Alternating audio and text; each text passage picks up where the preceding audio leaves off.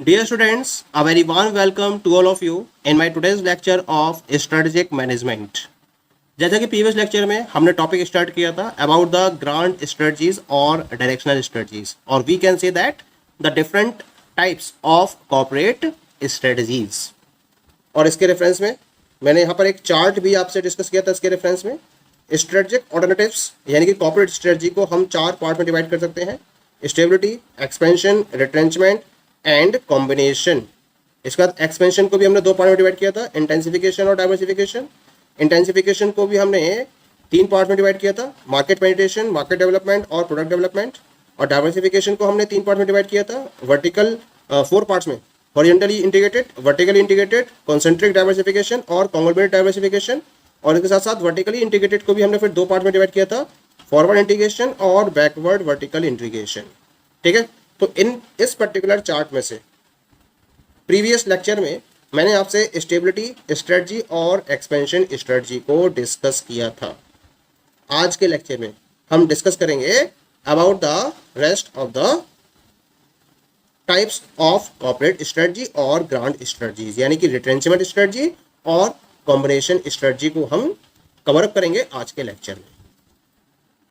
The third type of corporate strategy और grand strategy is divestment strategy, या इसे हम रिट्रेंचमेंट स्ट्रेटजी के नाम से भी जानते हैं। क्या कॉन्सेप्ट है रिट्रेंचमेंट स्ट्रेटजी का? This of the strategy involves retrenchment of some of the activities in a given business of the firm or sell out of some of the businesses as such।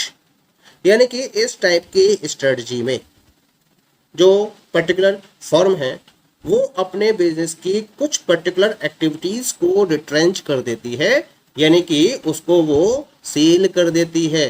यानी कि जो कुछ particular businesses उसके पास है उनमें से कुछ पर्टिकुलर बिजनेसेस को सेल आउट कर दिया जाता है। तो सेल आउट की इस प्रोसेस को, इस स्ट्रेटजी को हम डाइवेस्टमेंट स्ट्रेटजी या रिट्रेंचमेंट स्ट्रेटजी का नाम देते हैं। पॉइंट क्लियर होगा? अब हम बात करेंगे about the main features of retrenchment strategy.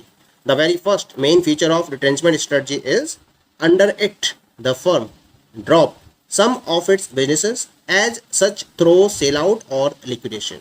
यानी कि इस टाइप की स्ट्रेटजी में कोई भी पर्टिकुलर फर्म या कॉर्पोरेशन क्या करती है, अपने कुछ बिजनेसेस को ड्रॉप कर देती है और इसको ड्रॉप करने के लिए वो या तो सेल आउट या फिर लिक्विडेशन की हेल्प लेती है और उसके बेसिस पर कुछ पर्टिकुलर बिजनेसेस को वो ड्रॉप कर देती है under this particular strategy. Second feature क्या है इसके अंदर? Divestment is to be viewed as an integral part of corporate strategy without any stigma attached. बिना किसी स्टिग्मा को अटैच किए हुए डाइवेस्टमेंट को भी हमें कॉर्पोरेट स्ट्रेटजी के एक इंटीग्रल पार्ट के तौर पर ट्रीट किया जाना चाहिए। यानी कि जो डाइवेस्टमेंट है, अगर आप इसे फोकस कर रहे हो तो इसका मतलब ये भी एक कॉर्पोरेट स्ट्रेटजी का पार्ट है जिसको टाइम टू टाइम फोकस किया जाना जरूरी है, क्योंकि बिजनेसेस हमेशा एक जैसी कंडीशंस को फेस नहीं करते हैं। कभी कभी रिसेशनरी कंडीशंस भी आती हैं और उन कंडीशंस में डाइवेस्टमेंट को फॉलो करना ही पड़ता है। ये फर्म की मजबूरी बन जाती है कि उसको इस स्ट्रेटजी को फोकस करना होता है। तो इसी वजह से डाइवेस्टमेंट को भी हम कॉर्पोरेट स्ट्रेटजी का एक इंटीग्रल पार्ट मानते हैं। That is clear?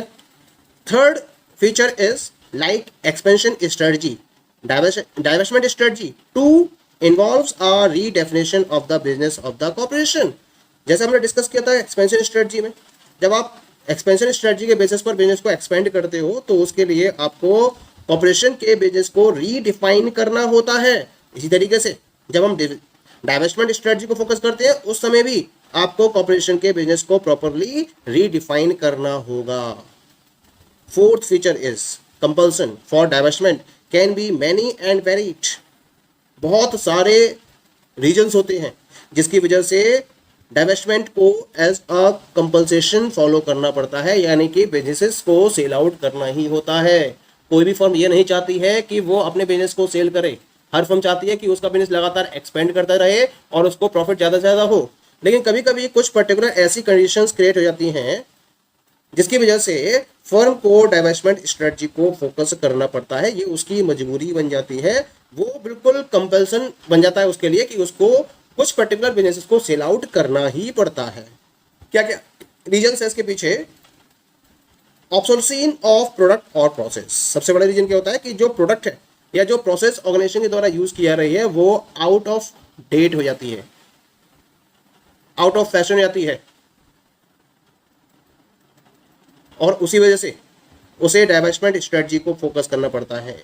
अब प्रोडक्ट या प्रोसेसेस जो ऑब्सोल्यूशन होते हैं, इसके कुछ पर्टिकुलर पॉइंट्स मैंने यहाँ पर डिफाइन किए हैं, जैसे बिजनेस बिकमिंग अनप्रॉफिटेबल, यानी कि जब प्रोडक्ट या प्रोसेसेस लगातार ऑब्सोल्यूशन होती चली जाती हैं, आउट ऑफ डेट होती चली जाती हैं, आउट ऑफ फैशन होते चले जाते हैं, तो बिजनेसेस क्या होते हैं, बहुत ज्यादा अनप्रॉफिटेबल हो जाते हैं। पहले तो ये बिजनेसेस वही बिजनेसेस थे जो आपको लगातार प्रॉफिट अर्न करा रहे थे और आप लगातार अपने आप को एक्सपेंड कर रहे थे, लेकिन नई टेक्नोलॉजी के आने से और नए फ्लेवर के प्रोडक्ट्स के मार्केट में इंट्रोड्यूस होने की वजह से आपका जो प्रोडक्ट है या जो प्रोसेस है वो आउट ऑफ डेट हो गई, जिसकी वजह से आप लगातार लॉस को अर्न कर रहे थे और आपका बिजनेस कैसा हो गया है, अब अनप्रॉफिटेबल हो गया है। और ये लॉस इतना ज़्यादा बढ़ जाता है कि आपको उसे सेल करने के अलावा और कोई भी तरीका नहीं रह जाता है। क्लियर? ऐसा ही होता है हाई कंपटीशन। कभी कभी जिस इंडस्ट्री में आप वर्कआउट कर रहे हो उसमें कंपटीशन का लेवल इतना टफ हो जाता है कि आप लूजिंग सिचुएशन में आ जाते हो और लॉस इतना ज़्यादा बढ़ जाता है कि आपको उस फर्म को सेल करने के अलावा कोई और ऑप्शन नहीं रहता है, या फिर ओवर कैपेसिटी की कंडीशन क्रिएट हो जाती है इंडस्ट्री के अंदर। तो ओवर कैपेसिटी का मतलब सप्लाई एक्सेस में जाती है जबकि डिमांड बहुत कम होती है, जिसकी वजह से प्राइजेस कम हो जाते हैं, बेनिफिट कम हो जाता है, कॉस्ट बढ़ने लगती है और आपको अपने प्रोडक्ट को या अपने प्रोसेस को कंप्लीटली क्लोज करना ही पड़ता है। या फिर एक रीजन और होता है इसके अंदर, that is the failure of strategy, यानी कि जो आपकी स्ट्रेटजी है वो कंप्लीटली फेल हो जाती है और उसकी वजह से भी आपको क्या करना पड़ता है, अपने बिजनेस को डाइवेस्ट करना पड़ जाता है। That is clear? So this is about the divestment strategy or retrenchment strategy. Now we come to the next one and this is the combination strategy. क्या कॉन्सेप्ट है combination strategy का? Under it, the firm combines the above strategic alternatives in some permutation or combination so as to suit the specific requirement of the firm. यानी कि firm की specific requirement के को जो suit कर रही हो उसके अकॉर्डिंग हमने जो अभी तक 3 स्ट्रेटेजिक ऑल्टरनेटिव्स स्टडी किए हैं, कौन कौन से? स्टेबिलिटी स्ट्रेटजी, एक्सपेंशन स्ट्रेटजी और डाइवेस्टमेंट स्ट्रेटजी। अगर इन तीनों को एक साथ बिजनेस फर्म के द्वारा कंबाइंड करते हुए स्ट्रेटेजिक ऑल्टरनेटिव्स के बेसिस पर यूज किया जा रहा हो तो हम इस स्ट्रेटजी को कॉम्बिनेशन स्ट्रेटजी का नाम देंगे। यानी कि फर्म क्या कर रही है, इन तीनों स्ट्रेटजीज को कंबाइंड बेसिस पर अगर यूज कर रही है तो ये कॉम्बिनेशन स्ट्रेटजी में इंक्लूड किया जाएगा। It means when an organisation adopts a mix of stability, expansion and retrenchment either simultaneously or sequentially for the purpose of improving its overall performance, it is said to follow the combination generic strategy. यानी कि जब कोई एक particular organisation stability, expansion और retrenchment के mix को या तो साइमल्टेनियस बेसिस पर या सिक्वेंशियल बेसिस पर एडॉप्ट करती है जिससे कि ये अपनी ओवरऑल परफॉर्मेंस को प्रॉपरली इंप्रूव कर सके, तो हम कहेंगे जो फर्म है वो कॉम्बिनेशन जेनरिक स्ट्रेटजी को फोकस कर रही है, कॉम्बिनेशन जेनरिक स्ट्रेटजी को एडॉप्ट कर रही है। पॉइंट क्लियर हो गया? अब हम इसके कुछ पर्टिकुलर फीचर्स को डिस्कस करेंगे जिसके अराउंड हम कॉम्बिनेशन स्ट्रेटजी को प्रॉपर्ली डिफाइन भी कर सकते हैं। The very first feature is combination strategy is a mix of expansion, stability और रिट्रेंचमेंट स्ट्रेटजी। तो ये तो बात क्लियर है हमें कि जो कॉम्बिनेशन स्ट्रेटजी है वो बाकी की तीनों स्ट्रेटजी यानी कि एक्सपेंशन, स्टेबिलिटी और रिट्रेंचमेंट इनका एक मिक्सचर है, इसी वजह से इसको हम कॉम्बिनेशन स्ट्रेटजी का नाम भी देते हैं। सेकेंड वन इज इस पर्टिकुलर स्ट्रेटजी को या तो हम साइमल्टेनियसली या फिर सिक्वेंशियली अप्लाई कर सकते हैं, ये डिपेंड करता है सिचुएशन पर। फर्म के द्वारा किस टाइप की सिचुएशन फेस की जा रही है उस पर डिपेंड करेगा कि वो कॉम्बिनेशन स्ट्रेटजी को साइमल्टेनियस बेसिस पर या फिर सिक्वेंशियल बेसिस पर अप्लाई करेगी। That is clear? अब बात करते हैं साइमल्टेनियस की। If it is applied simultaneously it means stability, expansion and retrenchment strategies are applied at the same time in different businesses. It means stability in one, expansion in other, or retrenchment in other business of the corporation.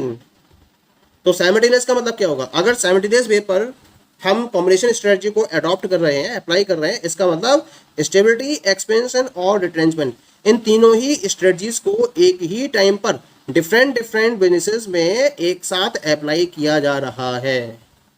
मान लीजिए कि एक business है, उसमें stability strategy को focus कर रही है कॉर्पोरेशन, दूसरे बिजनेस में एक्सपेंशन को, और तीसरे बिजनेस में ये रिटेंचमेंट स्ट्रेटजी को फोकस कर रही है। तो हम कहेंगे कि जो फर्म है he is adopting a combination strategy. That is clear. Next feature is if it is applied sequentially. अब अगर ये सिक्वेंशियल बेसिस पर अप्लाई किया जाता है तो क्या मतलब है इसका? It means stability, expansion and retrenchment strategies are applied at different times in the same type of business. यानी कि एक ही टाइप के बिजनेस के ऊपर आप स्टेबिलिटी, एक्सपेंशन और रिट्रेंचमेंट स्ट्रेटजी को डिफरेंट डिफरेंट टाइम्स पर अप्लाई कर रहे हो, तो ये कहलाएगा आपका sequential way of adopting combination strategy. क्योंकि बिजनेस के साथ में सिचुएशंस हमेशा एक जैसी नहीं रहती हैं। जब उसे लगातार ग्रोथ अपॉर्चुनिटीज मिल रही होती हैं तब ऑर्गेनाइजेशन क्या करेगी? एक्सपेंशन स्ट्रेटजी को फोकस करेगी। एक पर्टिकुलर लेवल अचीव करने के बाद वो उस पोजीशन को मेंटेन करने के लिए स्टेबिलिटी स्ट्रेटजी को अडॉप्ट करेगी। और उसके बाद अगर लगातार कंपटीशन इंक्रीज हो रहा है या टेक्नोलॉजी आउट ऑफ डेट हो रही है, कंपटीशन हाई लेवल पर बढ़ता चला जा रहा है और डिफरेंट फैक्टर्स अगर अनफेवरेबल वे में मूव हो रहे हैं तो उस केस में एक टाइम के बाद फर्म रिट्रेंचमेंट स्ट्रेटजी को फोकस करेगी। तो कंडीशंस के चेंज होने के साथ साथ सेम टाइप के बिजनेस में जब हम सिक्वेंशियल वे में डिफरेंट टाइप की स्ट्रेटजीज को अडॉप्ट करते हैं तो ये कहलाएगी आपकी sequential way of adopting combination strategy. Point clear हो गया? ठीक है। और लास्ट फीचर इसका दे रखा है इसके अंदर that mostly combination strategy is used by the multi business firms. यानी कि जो मल्टी बिजनेस फर्म्स हैं जिनके दो या दो से ज्यादा बिजनेसेस रन हो रहे हैं in different different fields, in different different industries, उनके द्वारा कॉम्बिनेशन स्ट्रेटजी को सबसे ज्यादा यूज किया जाता है। Okay, so these all are the different features of combination strategy. Grand strategies में अब हमें डिस्कस करना है इसके बाद about the different types of expansion strategy. Different types of expansion strategy, इसे हम डिस्कस करेंगे in the next lecture. Okay, thank you.